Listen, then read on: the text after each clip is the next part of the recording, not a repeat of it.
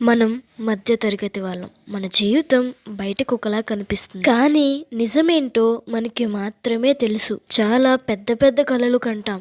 కానీ వాటన్నిటికంటే ముందు అవసరాలే ముఖ్యం. మన ఇష్టాల కంటే ఇంటి బాధ్యతలకే మొదటి స్థానం ఇస్తాం. మధ్యతరగతి ఇంట్లో ప్రతి రూపాయికి లెక్క ఉంటుంది. జీతం వచ్చిన రోజే ఇల్లు అద్దె, కరెంటు బిల్లు, పిల్లల ఫీజు అంటూ అన్నీ ముందే నిర్ణయించబడతాయి. మన కోరికలు మాత్రం చాలాసార్లు వాయిదా పడతాయి.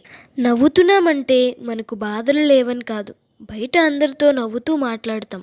కానీ లోపల ఒత్తిడి నెమ్మదిగా పెరుగుతూనే ఉంటుంది. ఎవరిని బాధ పెట్టకూడదని మన బాధను మనమే దాచుకుంటాం. కొన్ని రాత్రులు నిద్ర కూడా రాదు. అప్పుడే మనకు మనం ప్రశ్న వేసుకుంటాం, ఇదే నా జీవితం? అసలు మన శ్రమకు విలువ ఉందా? కానీ ఉదయం లేచేసరికి మళ్ళీ అదే పోరాటం మొదలవుతుంది. మధ్యతరగతి జీవితం బలహీనత కాదు, ఇది మనకు సహనాన్ని నేర్పుతుంది. విలువలు, బాధ్యతలు అర్థం చేసుకునేలా చేస్తుంది. ఈ రోజు కష్టం ఉన్నా ఒకరోజు మన శ్రమకు తప్పకుండా ఫలితం వస్తుంది. ఈ కథ మీ జీవితంలో అనిపిస్తే ఈ ఛానల్ను ఫాలో అవ్వండి.